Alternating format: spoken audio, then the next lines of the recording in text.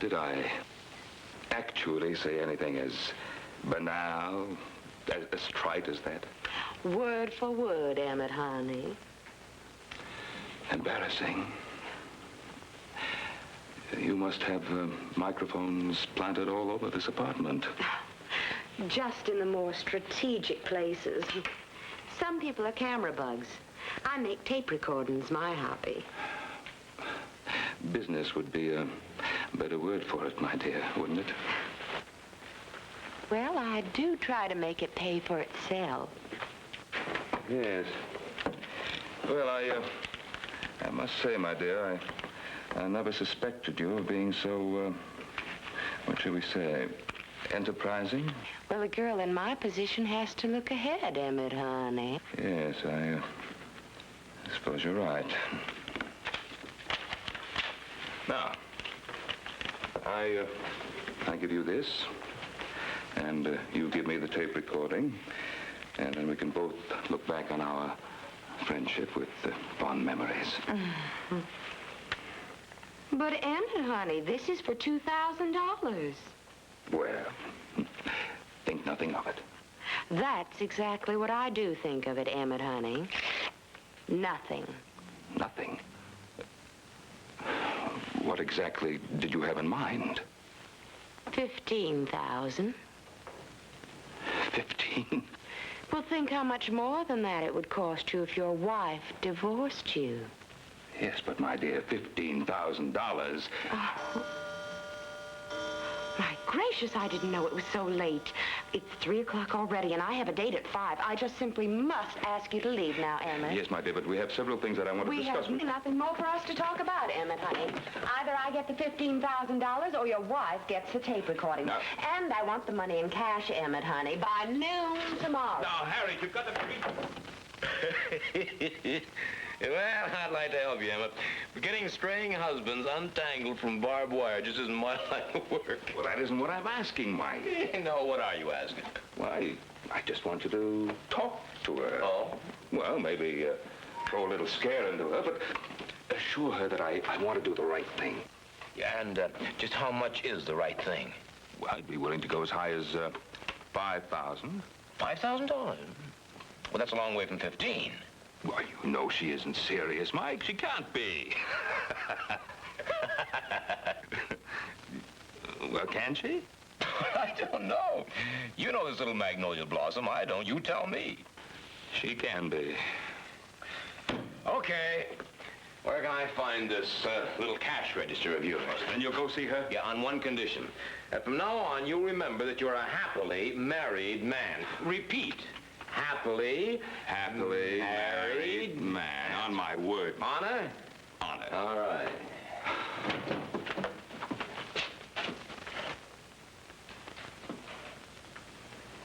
Oh, come on now.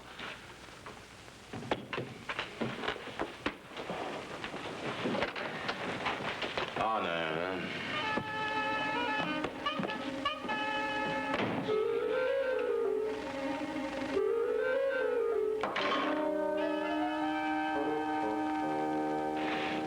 I don't think that icebox is going to give you any more trouble.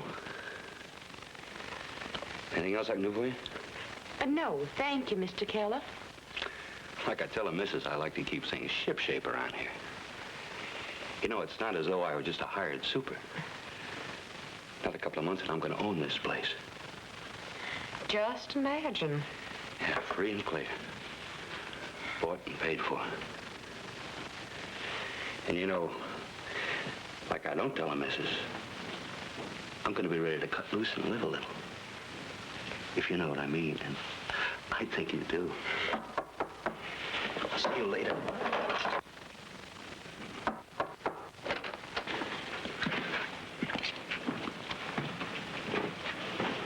Miss Britton? Yes, of course you're Miss Britton. Who are you? My name's Hammer, Mike Hammer. I'm a friend of Emmett Gates. Oh, there, that's how nice. Won't you all come in, Mr. Hammer? Why, thank you, honey. Y'all Keller, the first one of Emmett's friends I've ever met. Ah? You see, my relations with Emmett have been, well, sort of... Sneaky is the word you're groping for. Ma, but y'all do believe in coming right to the point, don't y'all? Yeah, I sure do, honey. You know, you think we could carry on this conversation in English? In English? What y'all talking about? Honey, that accent of yours is about as phony as a $4 bill. All right, you win. The accent is a pony. I wouldn't know a hush puppy from a St. Bernard. Yeah? Oh, here's where it is, huh? Oh, yeah. I see Emmett told you about my hobby. Hobby? Well, he mentioned that your apartment is wired like the telephone building. And like the... Oh, yeah. Is this the tape that you played for Emmett? Would you like to hear it? No, thanks. That's not necessary. You know, Miss Britton, blackmail is a felony, and a felony punishable by more than 30 days in the pokey. Well, I do declare. I believe big bad old you is trying to frighten poor little old me, Mr. Hammer, honey. Maybe y'all would like to use my telephone to call the sheriff and turn me in. No, not yet. Another thing you may not know, you've only got one customer for that tape. Only one? Well, only one that you can count on, and that's Emmett. Aren't you forgetting about his wife? Wife? Now, what gives you the idea that she'd pay anything for that roll of tape? There's one way to find out. Let's call her and see. Let's not. You know, honey, Emmett's offering you $5,000. Now, that's an awful lot of money. 15,000 is a lot more money.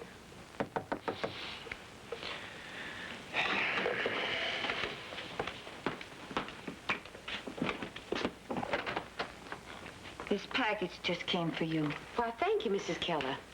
Miss Britton, did my husband speak to you about the rent? Why, no, he didn't. He said he was going to, but I didn't think he would. Miss Britton, we have to have the money. It's almost 4 months now. I'll talk to you about that later. There's nothing to talk about. We want the money by tomorrow, or you'll have to move.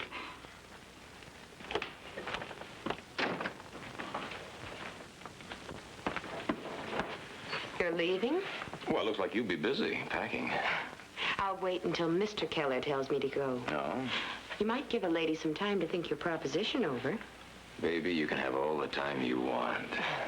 Why don't you come back later? I have a date, but I'll break it. What, do you think I can convince you to accept Emmett's offer? No, Well... but it might be fun to try. Let's say 5 o'clock.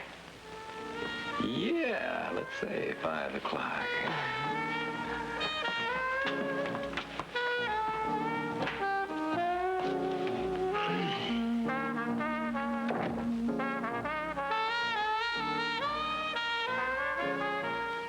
I went back to my office and telephoned Emmett. When I told him about my interview with Harriet Britton, he sounded as unhappy as the last act of Macbeth. For the first time, he seemed to realize that Harriet meant business and that his marriage was in danger of blowing up in his face. I didn't know whether that was good or bad. Though I didn't say so to Emmett, I had a certain grudging admiration for Harriet Britton. Either she was running one of the best bluffs I'd ever seen, or she was playing her hand with aces back to back. There was something about her attitude that didn't fit with the straight blackmail pitch. She was just too cool, too confident, too sure of herself.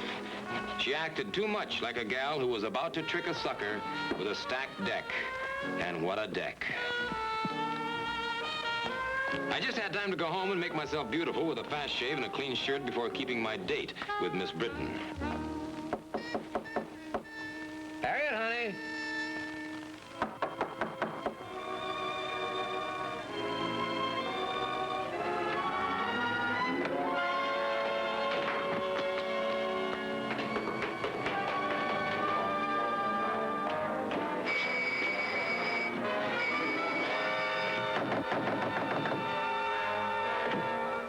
Yes? I was wondering if you knew where I could find Miss Britton. She's in her apartment. No, she didn't answer the door.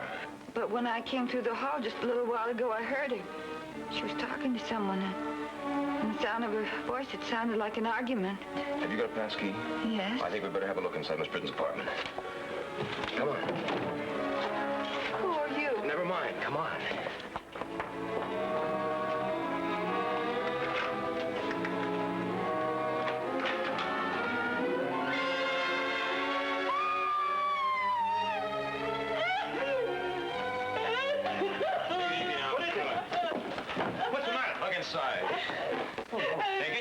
apartment, will you? Come on. Call the police and stay there.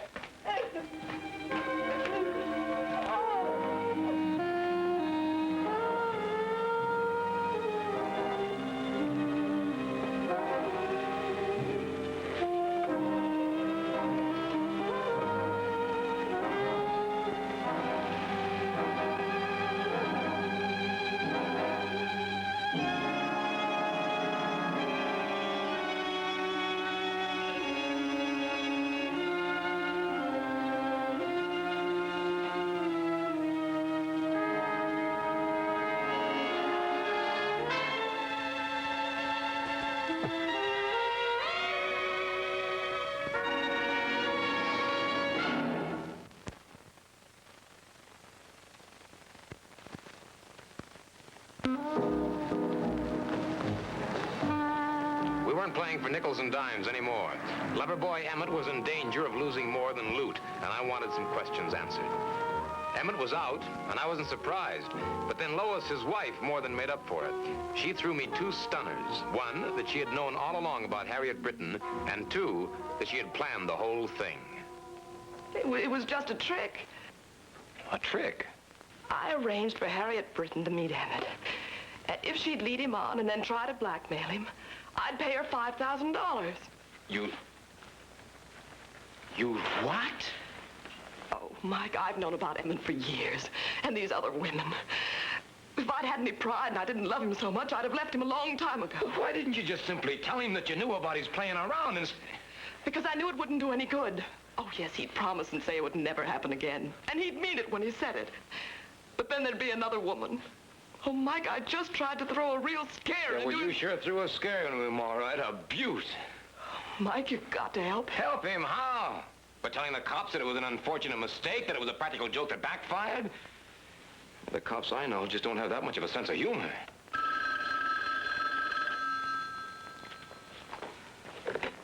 Hello? Emmett? Let me talk to him. Hello, Emmett. This is Mike. Where are you? I'm in a phone booth in Grand Central Station. I want to talk to you. Now, look, Mike, you have to believe me. I didn't have anything to do... Save the explanations. Meet me in my office in 15 minutes. I'm coming with you, Mike. You're what? You're staying here. Isn't there anything I can do? You've done it.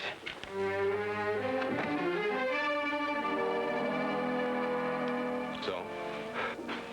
Well, after you called me and told me that she wouldn't accept less, I got into my car and I drove around the park for a while. Then I went to see Harriet. Why? To tell her that I'd pay off. What time was that? I don't know, a little before 5, about 5:15. But she didn't come to the door, so I let myself in with the key that she'd given me. And you found her already dead? Yes, she was dead. She was lying on the couch with that pillow over her head. A pillow? It's the truth, Mike. I swear to heaven I didn't kill her. But then who tried to make it look like she committed suicide? I did. You did? Yes. Well, what made you think you could get away with a fool thing like that? I don't know. I lost my head. Lose your head for real if you don't watch out. What do you do with the tape recording of this love scene you played with Harriet? I didn't do anything with it. Oh, come on now, Emmett. Don't lie to me, It's will the you? truth, Mike. It wasn't on the recording machine. Harriet must have hidden it someplace. I looked all over the apartment for it and I couldn't find it. That's the truth. Boy, oh, well, boy. Somehow you have managed to do everything absolutely wrong. You think you could manage to do just one thing right? What? Go to the police. Give yourself up. Tell them everything. Except for one thing. What's that? My part in all of this. But Keller, the landlord and his wife, they've seen you. Yeah, I know, and they'll tell the police about it. But they don't know my name. So the cops will be out looking for some mysterious stranger, as the newspapers call it. That should keep the cops off balance enough so they won't be too rough on you while they're looking for me. Now go on, beat it. And don't get lost between here and the nearest precinct house, huh? Mike, when you saw Lois, you told her about Harriet. Yeah, I told her about Harriet. I had to do it, Emmett. Don't worry about it. Lois will stick by you. You think so? I know so. Now go on, beat it. Get yourself arrested, will you? The next morning, the newspapers were full of Harriet Britton's murder. Emmett was in custody, and although the police said they were looking for the man who had discovered Harriet's body and then disappeared, they were quoted as being confident that Gates was the murderer. There was nothing in any of the papers about the police finding any tape recordings in Harriet's apartment. And there was one other omission.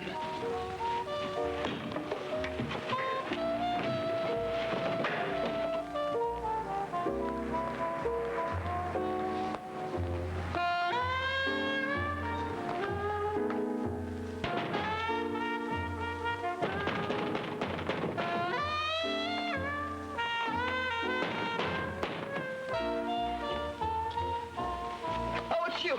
The police are looking for you. So I read by the newspapers. They just left, but they'll be back. Who are you? My name's Hammer. Mike Hammer. I'm a private investigator. I'm working for Emmett Gates. What do you want? I want to know why you didn't tell the police what you told me, that you heard Harriet arguing with someone. I did tell them. You're lying, Mrs. Keller. You get out of here. Let me alone. Let's try another question. You know anything about this? What's that? It's a rent bill for the money that Harriet Britton owed. Marked paid in full and signed by your husband. Get out of here. Did you know about this? Yes. Now get out. You're still lying, Mrs. Keller. Now, what's the matter? Oh, you're hurt. Oh, wow. How did this happen? Who did this to you? Your husband? Why would he do a thing like that? Orson doesn't need a reason. Used to, but not anymore. Just comes natural to him, like breathing. Does it have anything to do with this? Well, what makes you think that? Because I don't think your husband got 1 red cent for that. He didn't. That's what they were arguing about. It was your husband Harriet was arguing with? Yes. You see, all a woman has to do is smile at him, and he thinks she's secretly in love with him. Then he starts playing the big shot and making a fool of himself, like with that Britton woman. All the time that he was letting her owe $600 in rent. The company that owns a mortgage on this building was threatening to foreclose if we fell any further behind in our payments. He'd go snooping around up there, and then he'd come down here and beat me up if I asked him what we were going to do for money to pay the bills. Good old Orson Killer, a woman's home companion. Do you think that your husband killed Harriet Britton? I'll let you answer that for yourself, Mr. Hammer.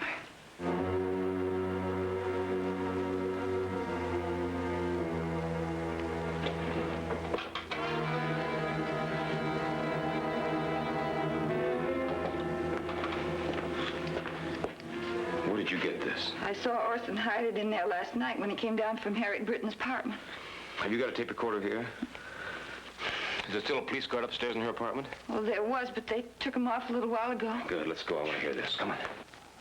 Now, what do you think I've been willing to forget the rent? Why do you think I give you that receipt? A man does a favor, he expects a favor. I'm telling you for the last time. Get out of here, you filth. Don't you call me names. I know what kind of woman you are. I know all about the boyfriends you've had in this apartment. Every one of them. They're no better than I am. Take your hands off me. Let me go or I'll... Ah! That's all there is. What's going on in here? Eavesdropping on a murder, Keller. Now, wait a minute, mister. You got this all wrong. Yeah, maybe the police can get it right. I'll call the police. Look, I can explain that. Get your hands off that phone. No! Look, if you call the police, they're going to think what you think, and they're going to lock me up. That they will do, Keller. Yeah, well, I couldn't stand that. They had me in jail once, and I know what it's like. The walls, the bars. It's like an animal in a cage. I couldn't breathe. And I won't let them do that to me again. Give me that phone.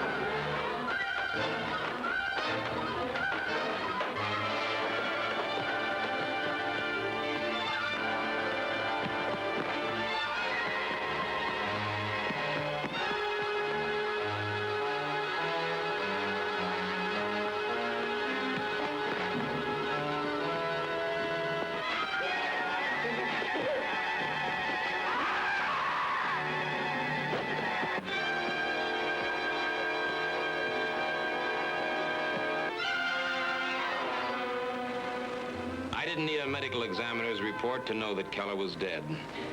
The obsessive fear of being locked up in a cell had caused him to panic and die. It should have been over. I wished it were. But there was one question that still had to have an answer.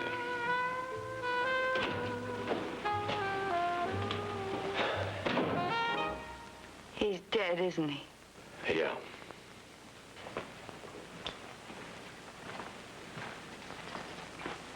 I suppose I should feel sorry, but I don't.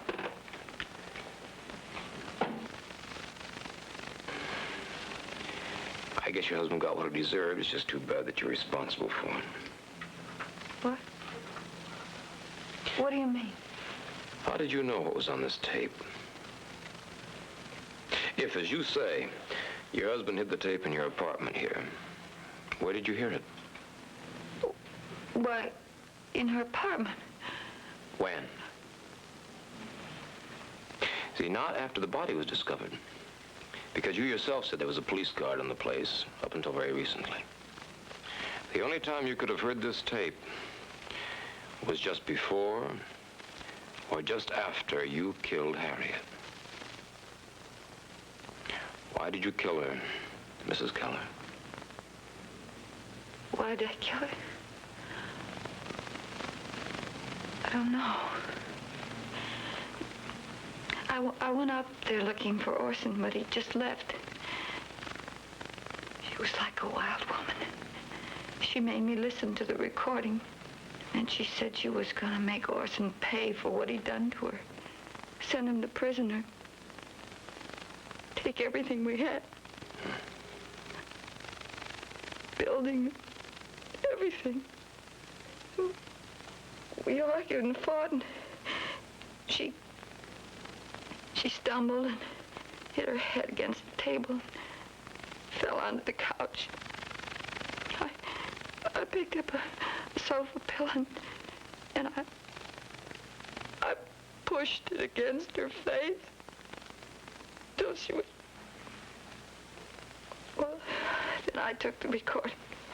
But first I was going to try to protect Orson. And then when you came here this morning and showed me the rent bill and asked me if he'd killed her, I decided to make it look that way. I thought it was my chance to get rid of him and still have a little something for myself. That's all I wanted. Just a little something for myself.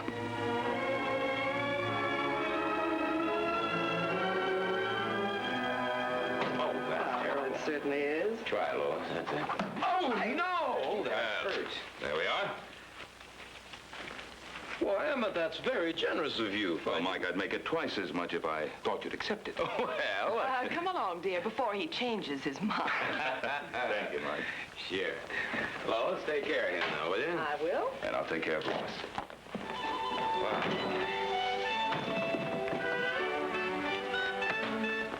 Oh, Mike. Huh? The girl in the picture. What did you say her name was? Get out of here. Get out of